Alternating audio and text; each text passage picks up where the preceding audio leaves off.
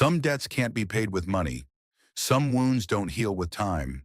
And sometimes the person who saves your life becomes the stranger you destroy without ever knowing their name. The rain was falling the night everything changed, not the gentle kind that waters gardens, but the violent kind that drowns dreams and buries truth 6 feet under lies.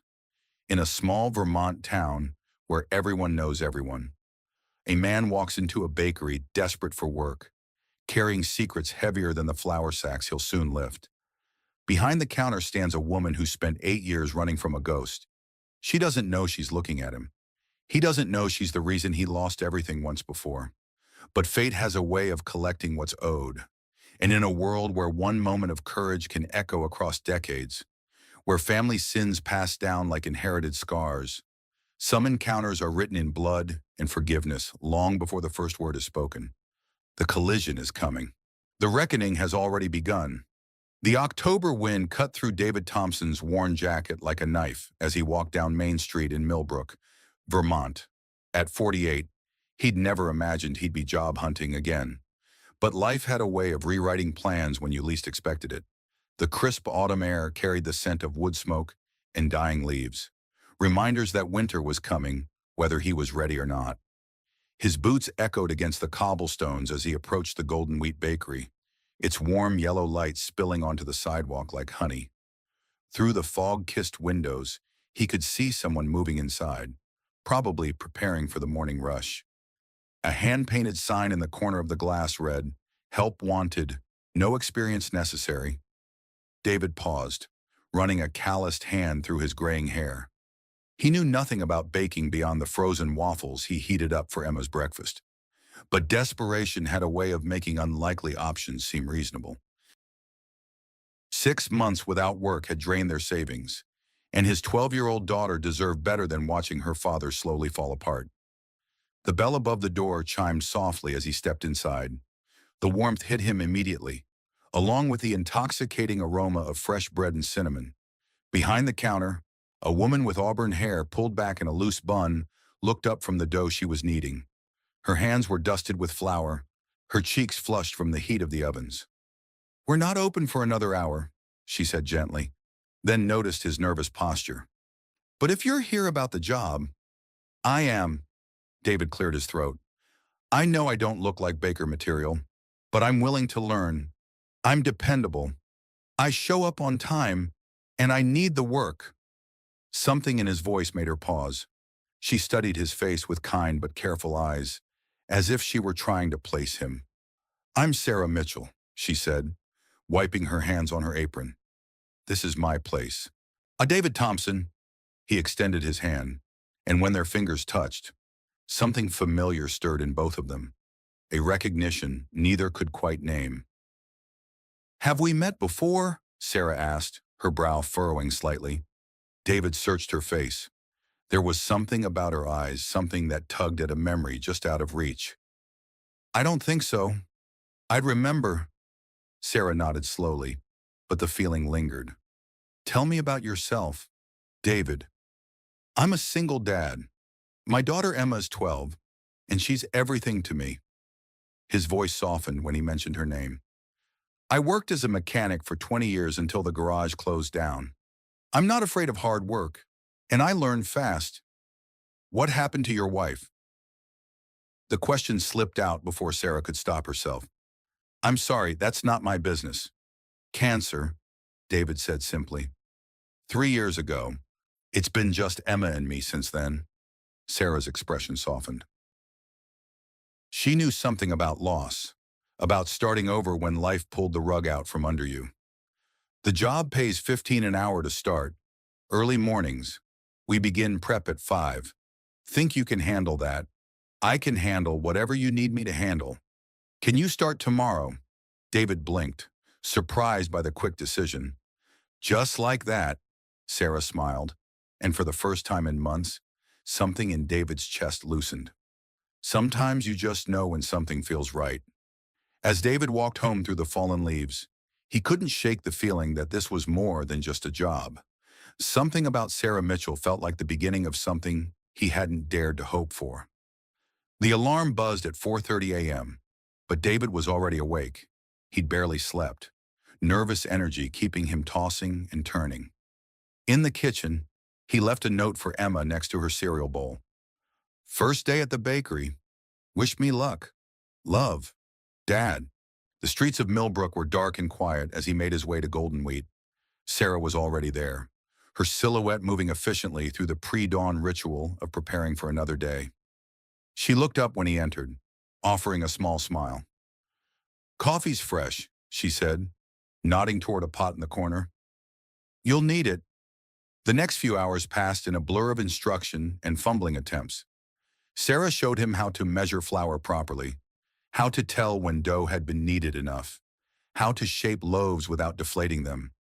David's hands, so sure with engine parts and tools, felt clumsy and uncertain with the delicate pastry work. "Don't force it," Sarah said, watching him struggle with a batch of croissants. "Bread responds to patience, not pressure." "Like people," David muttered, then looked up, embarrassed. "Sorry, thinking out loud." "No, you're right." Sarah's hand stilled for a moment. "People and bread have more in common than you'd think. Both need time to rise. Both can be damaged if you're too rough with them." Their eyes met across the work surface, and again, that familiar feeling passed between them. David was the first to look away, focusing intently on his misshapen pastries. By 7 a.m., the bakery was filled with the morning crowd. David watched Sarah interact with her customers, the elderly man who came in every day for 2 rye rolls, the young mother who always bought extra muffins for her twin boys, the businessman who needed his coffee black and his Danish warm. She knew them all by name, remembered their preferences, asked about their families. "You've built something special here," David said during a brief lull. "It wasn't easy," Sarah replied, refilling the pastry case. "When I first moved to Millbrook, I didn't know a soul, but this place, it became my anchor." "Where did you move from? Boston?" "I was an accountant there for 15 years. Different life entirely." What made you change?" Sarah's hands paused in their work. "Sometimes life forces you to change. Sometimes you realize what you thought you wanted wasn't what you needed at all." David sensed there was more to the story, but something in her tone warned him not to push. They worked in comfortable silence until Emma appeared at the front door, her backpack slung over one shoulder, cheeks pink from the cool morning air. "Dad," she called out, then caught herself, suddenly shy in front of Sarah. "Emma, come meet Sarah," David said, his face lighting up. "Sarah, this is my daughter." Emma stepped forward, offering a polite smile. "It smells amazing in here." "Thank you, sweetheart," Sarah said, and David noticed how naturally the endearment came. "Would you like to try a cinnamon roll fresh from the oven?" Emma's eyes widened. "Can I, Dad?" "Of course." As Sarah handed Emma the pastry, their fingers brushed, and Emma looked up at her with sudden intensity. "You have sad eyes," she said with the brutal honesty of a 12-year-old. Sarah blinked, taken aback. "Do I?" "Yeah, but they're getting happier. Like when you look at my dad." David felt heat rise in his cheeks. "Emma, what?" "It's true." Emma took a bite of the cinnamon roll, and her expression transformed into pure bliss. "Oh my God, this is incredible." "Language," David warned, but he was smiling. "Sorry." "Oh my gosh, this is incredible." Emma turned to Sarah. "Are you going to teach my dad to make these?" "I'm going to try," Sarah said, glancing at David. "Though he might need some patience with the process. Dad's really good at fixing things," Emma said loyally. "He fixed my bike when everyone said it was totally broken, and he built me a treehouse last summer, even though he'd never built one before." "Sounds like he's a man who doesn't give up easily," Sarah said, and David felt something warm unfurl in his chest at the approval in her voice. 3 weeks into the job, David had settled into the rhythm of early mornings and flour-dusted aprons. His croissants were still lopsided, but his bread was improving, and Sarah had started trusting him with more complex tasks. The work was satisfying in a way he hadn't expected, creative and nurturing in ways that fixing engines had never been. It was a Tuesday morning when the recognition hit. Sarah was telling him about the time she'd been in a car accident, how it had changed her perspective on life. When she mentioned the date October 15th, 8 years ago, David's hands stilled on the dough he'd been kneading. What did you say? October 15th, 2016. I was driving back to Boston from visiting my parents when I hit a patch of ice on I-89. Car flipped 3 times before it stopped. David's heart began to race. He remembered that night with crystal clarity. The rain, the twisted metal, the woman trapped inside the burning car. The woman whose life he'd saved before disappearing into the night. Afraid of the questions that would come? You were driving a blue Honda, he said quietly. Sarah looked up, startled. How did you? You were wearing a gray sweater. You kept asking if I was hurt, even though you were bleeding from a gash on your forehead. Sarah's face went white. She set down the mixing bowl with trembling hands. That was you. I pulled you out through the passenger side window. The driver's door was crushed. David's voice was barely above a whisper. You were unconscious when the paramedics arrived. I left before they could ask questions. Why didn't you stay? David looked away. I'd just gone through a messy divorce. I was afraid if I got involved with an accident scene, there might be complications. I was a coward. You saved my life. Sarah's voice broke. I looked for you for months. I wanted to thank you, to find out if you were okay. You had blood on your hands from breaking the window. David held up his right hand, where a thin scar ran across his palm. It healed. They stared at each other across the work surface, the air between them charged with the weight of revelation. 8 years ago, they'd been strangers whose lives intersected for a handful of minutes. Now, here they were, flower in their hair and feelings growing between them that neither had expected. This can't be a coincidence, Sarah whispered. Maybe it's not supposed to be, David replied. Sarah walked around the counter until she was standing directly in front of him. Without hesitation, she reached up and cupped his face in her flour-dusted hands. Thank you, she said. Thank you for saving my life. Thank you for giving me a job when I needed one most. They might have kissed then, if the front door hadn't chimed and the morning rush hadn't begun. But the moment hung between them, full of possibility and the strange workings of fate. The revelation that they'd met before changed the dynamic between David and Sarah. The awkward politeness was replaced by something deeper, more electric. They found excuses to brush past each other in the small kitchen. Their conversations became more personal, and Emma started asking pointed questions about when Sarah was going to come to dinner. It was during one of these dinners, 2 weeks after the recognition, that the second twist revealed itself. Sarah had finally accepted Emma's persistent invitations and was sitting at their small kitchen table, helping Emma with her math homework while David finished cooking. The domesticity of it felt natural, like they'd been doing this for years instead of weeks. What's your last name again?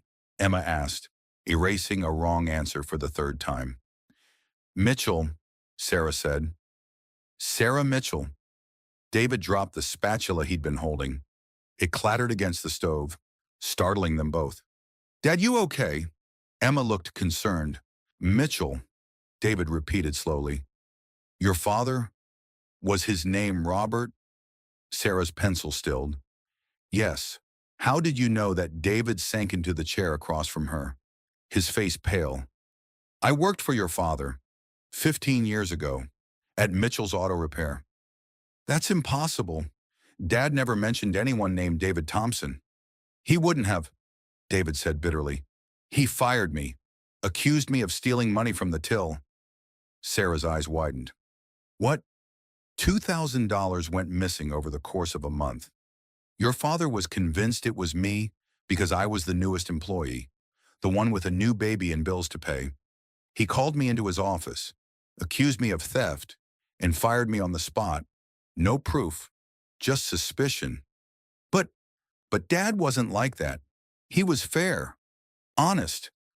Maybe he was, most of the time, but not with me. David's voice was tight with old pain. I couldn't find work for 3 months after that. Word gets around in a small industry. I had to move to Burlington just to find someone willing to hire me. Sarah sat back in her chair, reeling. I don't understand. If you didn't take the money, then who? I found out later it was Frank Peterson, the bookkeeper. He'd been skimming for months. But by then, the damage was done. Your father never apologized, never tried to make it right. Emma looked between them, her homework forgotten. Does this mean Sarah can't come to dinner anymore?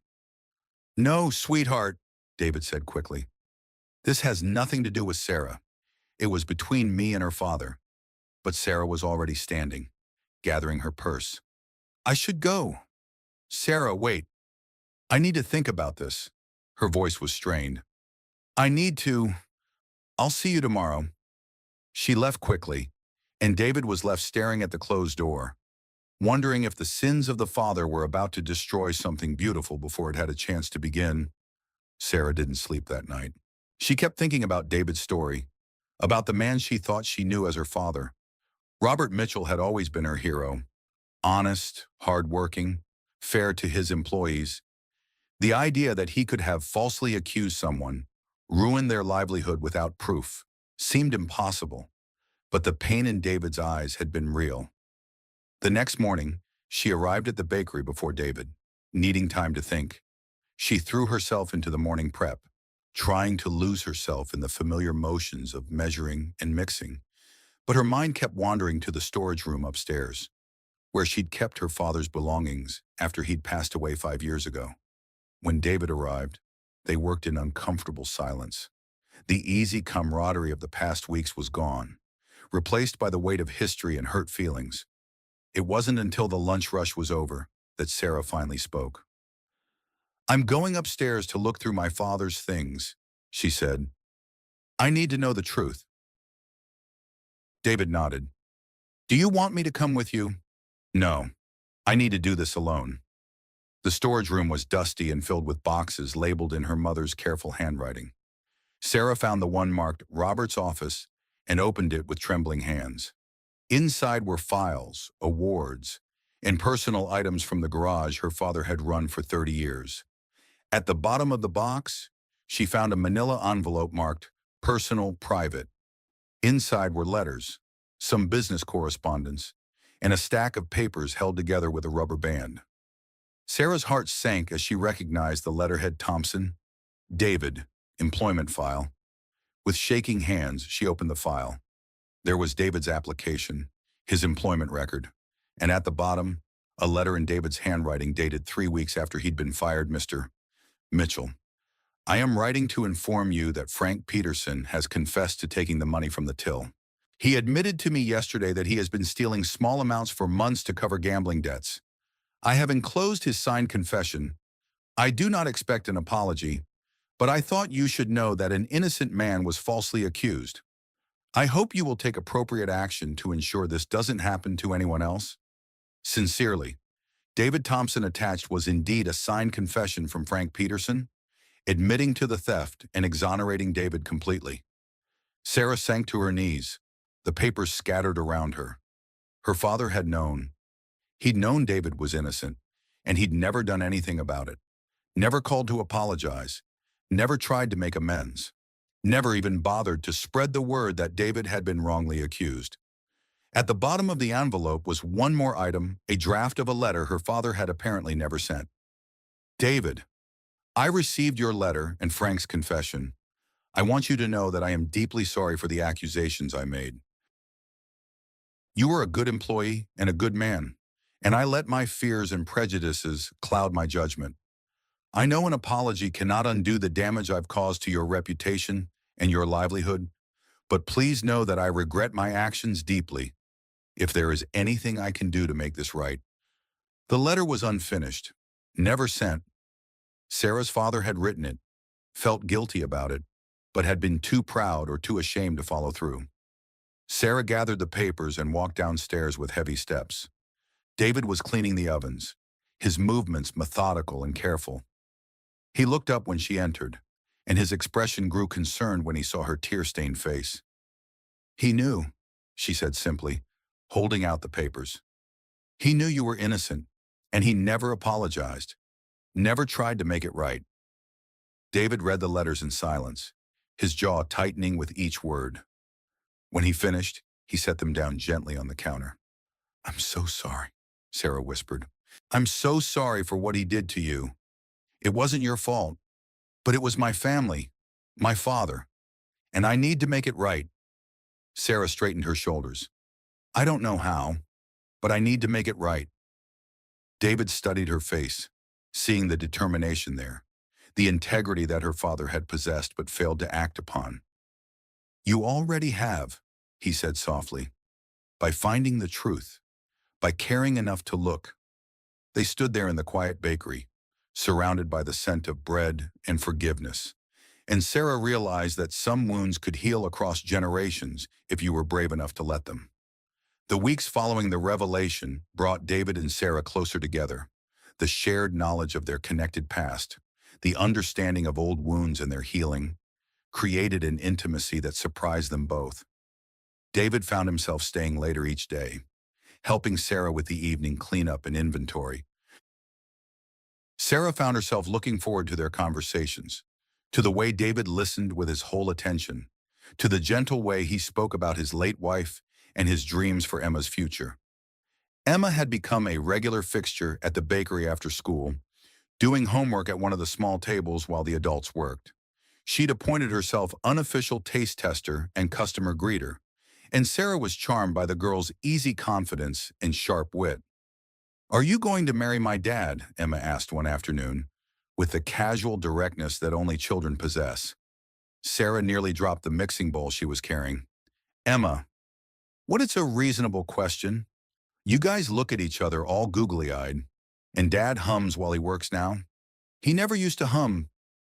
David, who had heard the exchange from the back room, appeared in the doorway with flour in his hair and embarrassment on his face. "Emma, you can't just ask people things like that." "Why not? I like Sarah. She makes you happy. She makes really good cookies. And she doesn't treat me like I'm a little kid." Emma ticked off the points on her fingers. "Seems like good marriage material to me." Sarah burst out laughing. "Well, when you put it like that, see?" Emma grinned triumphantly. "She's not saying no." That evening, after Emma had gone home to finish her homework, David and Sarah found themselves alone in the bakery for the first time in weeks. The October sun was setting early, casting golden light through the windows and giving everything a warm, romantic glow. "I should apologize for Emma," David said, wiping down the last of the tables. "She doesn't have much of a filter. I like that about her. She says what she means." Sarah was counting the day's receipts, but her attention was more on David than on the numbers. "Besides, she's not wrong about the googly eyes." David looked up sharply. "Is that so?" "Mmm." Sarah set down the calculator and walked over to where he stood. "I've been doing my share of googly-eyed looking too." They were standing close now, close enough that Sarah could see the flecks of gold in David's brown eyes, close enough that he could count the freckles across her nose. The air between them felt charged, electric with possibility. "Sarah," David said softly, and her name on his lips sounded like a prayer. "Yes, I haven't felt this way about anyone since Margaret died. I didn't think I ever would again." "I've never felt this way about anyone," Sarah admitted. "Not even close." David reached up and brushed a strand of hair away from her face, his touch gentle and sure. "Is that scary for you?" "Terrifying," she said with a laugh. "But the good kind of terrifying, like standing at the edge of a cliff and knowing you're about to fly." When they kissed, it was soft and sweet and full of promise. It tasted like cinnamon and hope and the beginning of something beautiful. Their peaceful bubble burst on a Tuesday morning in November when a black sedan pulled up outside Golden Wheat Bakery. Sarah was in the back room, but David could see through the pass-through window as a man in an expensive suit stepped out of the car and approached the front door. Daniel Brooks looked exactly like what he was, a successful Boston attorney who'd never been told no. Tall, silver-haired, and carrying himself with the confidence of someone accustomed to getting his way. David felt an instant dislike as the man surveyed the bakery with barely concealed disdain. "Sarah," Daniel called out as he entered, his voice carrying the tone of someone who expected immediate attention. "There you are." Sarah emerged from the back room, and David watched her face go through a series of emotions: surprise, confusion, and something that might have been dread. "Daniel, what are you doing here? Can't a man visit his ex-fiancée without an interrogation?" Daniel's smile was smooth and practiced. "Though I have to say, this is quite a change from your corner office in Boston." Ex-fiancée. David felt his stomach drop. Sarah had never mentioned being engaged. "We need to talk," Daniel continued, then noticed David for the first time. His eyes took in the flour-dusted apron, the working man's hands, the protective stance David had unconsciously adopted. "Privately, anything you have to say, you can say in front of David," Sarah said, her voice cool. "He works here." "I can see that." Daniel's tone suggested he could see quite a lot more than that. "Sarah, I have a proposition for you. A very generous one." He pulled out a leather portfolio and extracted a document. "Holbrook Development wants to buy your building. They're planning a boutique shopping complex for this block. Very upscale. They're offering 3 times what this place is worth." Sarah glanced at the figure on the paper, and her eyes widened despite herself. "This is life-changing money," Daniel finished. "Enough to come back to Boston, start fresh. We could pick up where we left off." David felt like he'd been punched in the gut. The offer was substantial enough that Sarah would be crazy not to consider it, and the way Daniel was looking at her, the possessive confidence in his posture, made it clear this wasn't just about business. "I don't understand," Sarah said slowly. "Why would you be involved in this?" "Because I care about you. Because I made a mistake 8 years ago when I let you go, and I want to make it right." Daniel stepped closer to her, invading her personal space in a way that made David's hands clench into fists. "You were meant for bigger things than this. Sarah, come home." Sarah looked at the document, then at Daniel, then at David. The silence stretched uncomfortably until the front door chimed and Emma bounced in, her cheeks red from the cold. "Hi, Sarah." "Hi, Dad, I got an A on my math test and Mrs. Henderson said—" She stopped short when she noticed the tension in the room. "Oh, sorry, should I come back later?" "No, sweetheart," Sarah said quickly. "Come here. Let me see that test." But Daniel was already moving toward the door. "Think about it. Sarah, really think about it. This kind of opportunity doesn't come along twice." He paused at the threshold. "I'll be at the Millbrook Inn until Thursday. Call me." After he left, the bakery felt too small and too quiet. Emma looked between Sarah and David with the perceptive eyes of a child who'd learned to read adult emotions early. "Who was that?" she asked. "Someone from my past," Sarah said carefully. "Are you going to sell the bakery?" Emma's voice was small, worried. Sarah looked at David, but his expression was carefully neutral. "I don't know, sweetheart. I need to think about it." Emma nodded solemnly, then went to her usual table to start her homework, but David could see the worry in her shoulders, the way she kept glancing up at Sarah as if afraid she might disappear. That evening, after Emma had gone home, David and Sarah closed the bakery in tense silence. Finally, Sarah couldn't stand it anymore. "You're angry with me." "I'm not angry," David said, though his voice suggested otherwise. "I'm just trying to understand why you never mentioned being engaged." "It was a long time ago, before the accident. But after the accident, he left you." Sarah's silence was confirmation enough. "So now he's back, offering you everything you used to want, your old life, but better." David hung up his apron with perhaps more force than necessary. "Seems like an easy choice." "Is it?" Sarah's voice was sharp. "You're just going to decide for me what I want." "I'm not deciding anything. I'm just recognizing reality. This is a small-town bakery that barely breaks even. He's offering you enough money to never have to worry about anything again, plus a chance to go back to the life you're used to. What if I don't want that life anymore?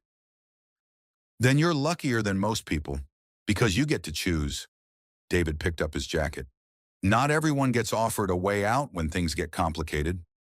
He left without saying goodbye, and Sarah stood alone in her bakery, surrounded by the scent of tomorrow's bread and the weight of an impossible decision. The call came at 2:47 p.m. on a Thursday. David was in the middle of shaping dinner rolls when his phone buzzed against his hip. The number belonged to Millbrook Elementary, and his heart immediately shifted into panic mode. "Mr. Thompson, this is Principal Martinez. Emma's been in an accident." The rolling pin slipped from David's suddenly nerveless fingers. "What kind of accident? Is she okay?" "She was hit by a car while riding her bike home from school. She's conscious, but the paramedics want to take her to Burlington Medical Center as a precaution. Can you meet us there?" David was already yanking off his apron, his hands shaking. "I'm on my way." "David," Sarah appeared at his elbow, concern written across her face. "What's wrong?" "Emma, car accident. I have to." He couldn't finish the sentence. "I'm coming with you." "You don't have to. I'm coming with you," Sarah repeated firmly. She was already turning off ovens and grabbing her keys. "We'll take my car. You're in no shape to drive." The drive to Burlington was the longest 45 minutes of David's life. Sarah drove with calm efficiency while David sat rigid in the passenger seat, his mind cycling through every worst-case scenario. She didn't try to offer empty reassurances or fill the silence with nervous chatter. She just drove, one hand on the wheel and the other occasionally reaching over to squeeze his arm. They found Emma in the emergency room, looking impossibly small on the adult-sized gurney. Her left leg was in a temporary splint, and there was a bandage on her forehead, but she was awake and arguing with the nurse about whether she really needed to stay overnight for observation. "Dad." Emma's face lit up when she saw him, then crumpled slightly. "I'm sorry. I know I'm supposed to be more careful, but this car came out of nowhere and—" "Shh, baby girl, you don't need to apologize." David gathered her into his arms as carefully as he could manage. "Are you okay? Does anything hurt?" "My leg's weird, and my head feels fuzzy, but I'm okay. The doctor said it's just a broken bone and a concussion." Emma looked past her father to where Sarah stood in the doorway. "You came too." "Of course I came." Sarah stepped closer to the bed. "How are you feeling, sweetheart?" "Like I got hit by a car," Emma said with a weak attempt at humor. Then her expression grew serious. "The lady who was with me when the ambulance came, was that you?" Sarah and David exchanged confused glances. "What lady?" David asked. "She had reddish hair like Sarah's, and she kept talking to me, keeping me awake. She knew how to stop the bleeding from my head, and she made sure I didn't move my neck." Emma looked directly at Sarah. "It was you, wasn't it?" Sarah's face had gone pale. "Emma, I've been at the bakery all day. But the nurse said the woman who stayed with me until the ambulance came saved my life. She said if I'd lost consciousness with that head injury—" Emma's voice trailed off as she studied Sarah's face. "If it wasn't you, then who?" The nurse who'd been adjusting Emma's IV spoke up. "The woman who helped your daughter was remarkable. She seemed to know exactly what to do. Kept her conscious, controlled the bleeding, immobilized her neck. When I asked if she had medical training, she said she'd learned it the hard way." Sarah sank into the chair beside Emma's bed, understanding dawning in her eyes. "What did she look like?" "About your height, reddish-brown hair, maybe 45. She was wearing a green jacket and jeans. Kind eyes, but sad, like she'd seen some hard things." David was studying Sarah's face, seeing recognition there. "You know who it was. I think—" Sarah's voice was barely a whisper. "I think it was my sister." "You have a sister?" Emma perked up despite her injuries. Had a sister." Sarah's hands were trembling. "Lisa. She was 2 years older than me. She died in a car accident when I was 28. The room fell silent except for the beeping of medical equipment. David reached for Sarah's hand, finding it ice cold. "That's impossible," he said gently. "Is it?" Sarah looked at him with eyes that held wonder and grief in equal measure. "Emma, can you describe exactly what happened? Everything you remember." Emma closed her eyes, concentrating. "I was riding my bike on Maple Street, the way I always do. This car ran the stop sign and hit me. I remember flying through the air, and then I was on the ground, and everything hurt. I was really scared, and I think I was going to close my eyes and go to sleep. But then this lady was there. What did she say to you? She told me to stay awake, that help was coming. She put something soft under my head and pressed something against the cut to stop the bleeding. And she kept talking to me about Sarah." David felt the hair on the back of his neck stand up. "What about Sarah?"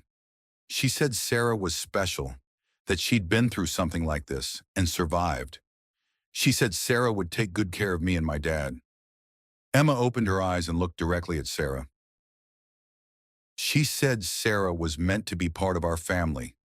Sarah started crying then, quiet tears that spoke of grief and gratitude and something that might have been peace. David pulled her into his arms, and Emma reached out to take her hand. "I don't understand what happened today," David said quietly. "But I know Emma's alive because someone was there to help her. Someone who cared enough to stay. Someone who wanted us to know," Sarah whispered, "that some connections go deeper than life and death." They stayed at the hospital until Emma was released the next afternoon, with a cast on her leg and strict instructions to take it easy for the next 6 weeks. The drive home was quieter than the frantic trip up, filled with the exhausted relief that comes after a crisis passes. "Sarah!" Emma spoke up from the back seat, where she was propped up with pillows. "Are you still thinking about selling the bakery?" Sarah met David's eyes in the rearview mirror. "What makes you ask that?" "The fancy man who came to see you.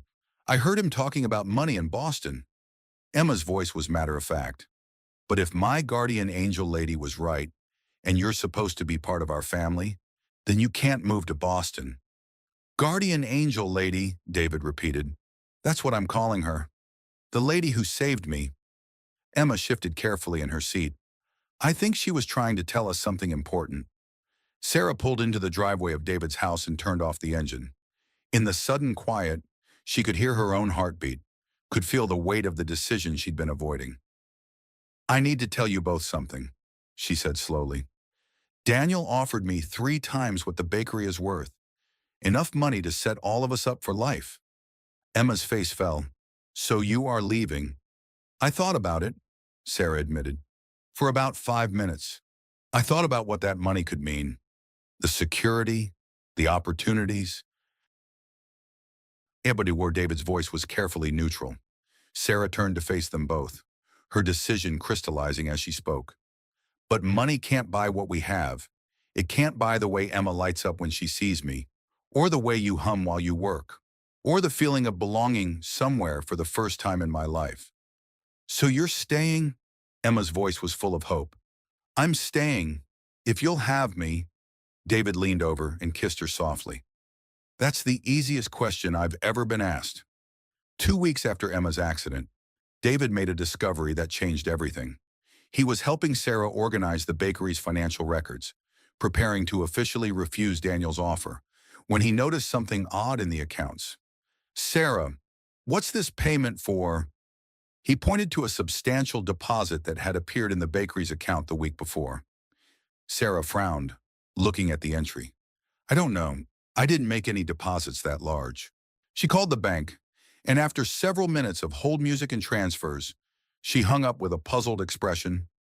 It was a cashier's check, anonymous donor, paid off the outstanding balance on the building's mortgage. How much was that?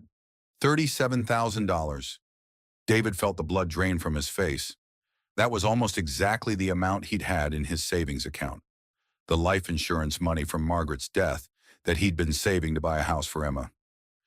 "David, what's wrong? You look like you've seen a ghost." "I need to check something." His hands shook as he pulled out his phone and called his bank. The conversation was brief, and when he hung up, Sarah was staring at him with dawning understanding. You paid off my mortgage. Yes, with your life insurance money. The money you were saving for Emma's future. Yes. Sarah sank into a chair, overwhelmed. David, why would you? That money was for Emma, for her college, for your future together. That money was meant to give us security, David said quietly. But what good is security if we're not together? If you lose the bakery and move to Boston, all the money in the world won't matter. But it's not just your money to spend. It's Emma's inheritance from her mother. Emma doesn't need an inheritance. She needs a family. She needs you. David sat across from Sarah, taking her hands in his. Margaret would understand. She'd want Emma to be happy, to be loved. And Emma loves you. This is too much. I can't accept this. You already have. The payment's been processed. Sarah stared at him, tears streaming down her face. You gave up everything for me. For us. I gave up money. That's not everything. Everything is sitting right here in this bakery, with flour in her hair and stubborn opinions about proper frosting techniques. Sarah laughed despite her tears. You're insane. Probably, but I'm also completely, desperately in love with you. David's voice was steady. Sure. I want to marry you. Sarah, I want Emma to have the mother she deserves. I want to grow old with you in this bakery, teaching our grandchildren how to knead bread properly. Our grandchildren. Well, Emma's grandchildren. But if you're my wife, they'll be ours too. Sarah looked around the bakery. Their bakery now, mortgage-free thanks to David's sacrifice. She thought about the offer still sitting on her desk, about the security and prestige it represented. Then she thought about Emma's laughter, about David's hands covered in flour, about the way the morning light looked when it streamed through the windows while they worked side by side. Yes, she said simply. Yes, yes, I'll marry you. Yes to growing old together. Yes to grandchildren and flower fights and whatever comes next. Sarah stood up and kissed him thoroughly, tasting like cinnamon and hope and home. But David, yeah, next time you want to make a grand romantic gesture, maybe discuss it with me first. $37,000 is a pretty big gesture. David grinned. I'll keep that in mind for the next time I need to save the woman I love from making a terrible mistake. The only terrible mistake would have been letting you get away. 1 year later, Golden Wheat Bakery was bustling with more activity than it had ever seen. Sarah and David had expanded into catering, and word of their wedding cakes had spread throughout Vermont. More importantly, they'd created something neither had expected: a true family. Emma, now 13 and walking without even a trace of a limp, had become the bakery's unofficial assistant manager. She could ice cupcakes with professional precision and had strong opinions about flavor combinations that customers had learned to respect. On this particular October morning, exactly 2 years since David had first walked through the bakery door, they were preparing for their wedding reception. The ceremony had been small, held in the town square with half of Millbrook in attendance. Emma had walked Sarah down the aisle, her cast decorated with flowers drawn by her classmates. Are you sure we have enough cake? Emma asked for the 5th time, surveying the 3-tiered creation they'd spent all week perfecting. We have enough cake to feed half the state, David assured her, straightening his tie. Relax, kiddo. Everything's perfect. It has to be perfect. This is Sarah's first wedding. And your dad's second, Sarah added, appearing from the back room in her simple ivory dress. Which means we know what we're doing. David looked at his wife, and felt the same wonder he'd experienced every day for the past year. You're beautiful. You're not bad yourself. Sarah straightened his tie, a gesture so familiar and domestic it made Emma grin. Okay, you two can be gross later. The guests are starting to arrive. Through the front window, they could see neighbors and friends gathering in the street. Mrs. Patterson from the flower shop, who'd appointed herself the unofficial wedding coordinator. Tom Harrison, who ran the hardware store and had become David's closest friend. Dr. Chen, who treated Emma after her accident and had since become a regular customer. And standing at the edge of the crowd, looking somewhat out of place in his expensive suit, was Daniel Brooks. Sarah noticed him at the same time David did. "I can ask him to leave," David said quietly. "No, he came to wish us well." That took courage. Sarah watched as Daniel approached the bakery, his expression carefully neutral. "Congratulations," he said when he reached them, his voice sincere. "I wanted to apologize for how I handled things last year. I was selfish and presumptuous." "Thank you," Sarah said graciously. "That means a lot." Daniel looked around the bustling bakery, at the community gathered to celebrate, at the obvious happiness radiating from the family in front of him. "I think I understand now why you chose this. It's not about the money or the prestige. It's about belonging somewhere. It's about being home," Sarah agreed. After Daniel left, the celebration began in earnest. The wedding cake was indeed perfect. The speeches were heartfelt without being overly sentimental. And when David and Sarah danced their first dance as husband and wife to At Last, playing from Emma's carefully curated playlist, everyone agreed it was exactly what a wedding should be.